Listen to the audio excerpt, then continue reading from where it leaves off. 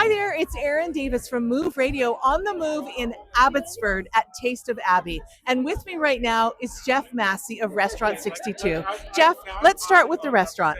Can you tell me about the name? We opened the restaurant back in 2004 in Abbotsford. At the time, there wasn't a lot of standalone fine dining restaurants.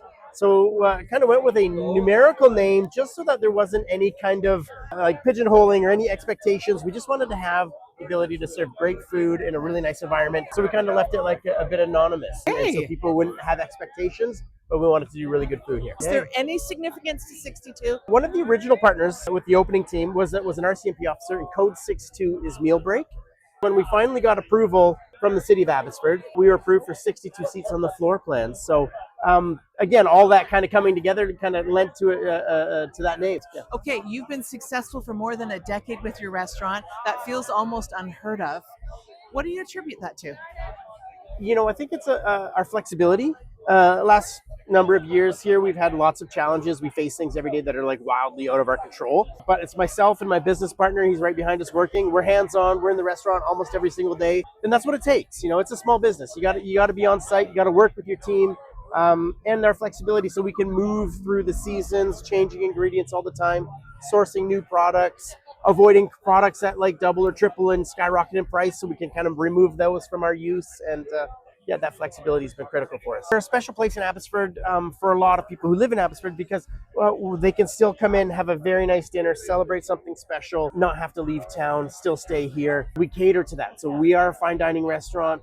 We can do 7-course tasting menus just by if you pop in. So yeah, that's kind of what we're all about. Yeah. I'm going to be honest with you. I don't consider myself a foodie. I love food. So when I hear that expression, farm to table, Yeah. can you tell me what that means? That means that we get as much as we can from very close to us, but we deal with small farms, small partners, cheesemakers. They don't really deliver. They're not part of a large format food service agency. So if I want that goat cheese, I go and I talk to Jason at his property, where the goats are, where he's making the cheese. If you know what I mean, same thing for Fraser Valley duck. If we're going to grab some duck breast, we're going to use that as a feature or as one of our like long standing menu items. Their duck breast is beautiful.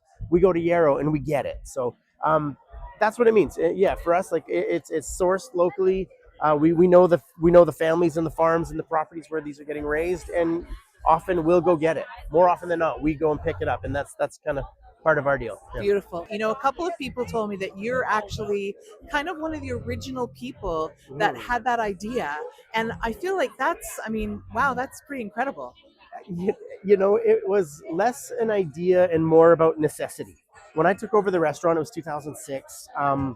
Kitchen was struggling. Food costs were out of hand. You kind of get stuck in a routine buying large amounts from big suppliers that you can't always use. So your waste is very high and you're kind of stuck in a rut with a menu. But for me and my creativity, if I see it, ideas start happening. A product, an ingredient, something seasonal, something fresh. So on my way to work, I'd make 3 or 4 or 5 stops, and I would see produce fresh out of the fields and be like, I can do that with this, or I can make something beautiful with that. So it wasn't so much an idea or like this is what I want to do, but it was mostly about driving down our food costs.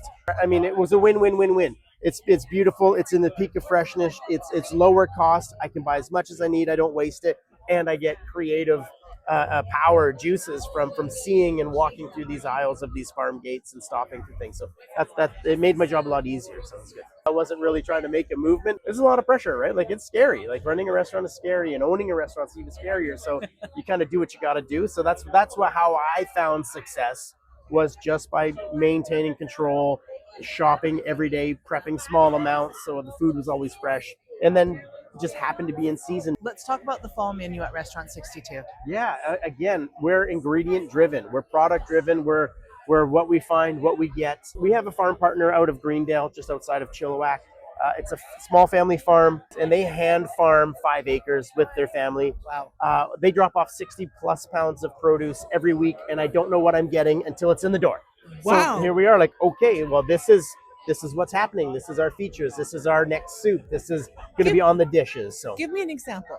They drop something off one day. What could it be? yeah, it could be escarole, could be cherries, could be tomatoes, could be cucumbers, could be squashes, could be chard, could be lettuces, everything. Like it is literally maybe like a 15-minute drive from our space at the restaurant, organically hand farmed, and that's what's growing right now.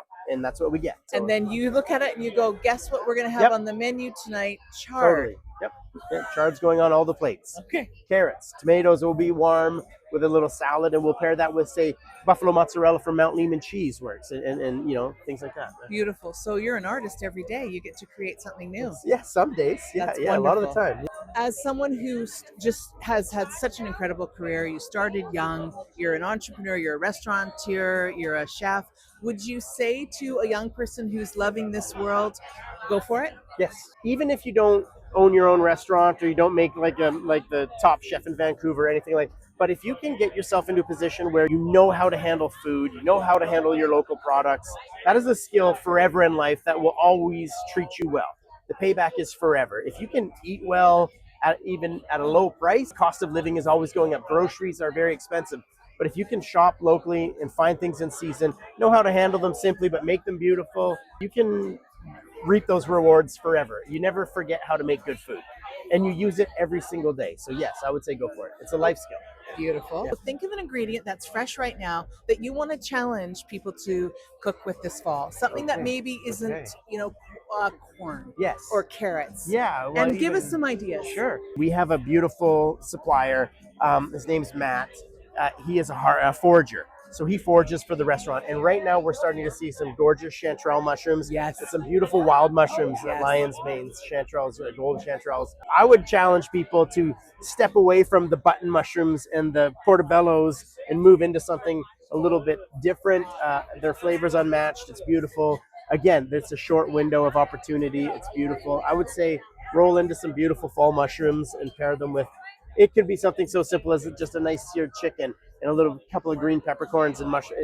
It'll change things. Yeah, it's good.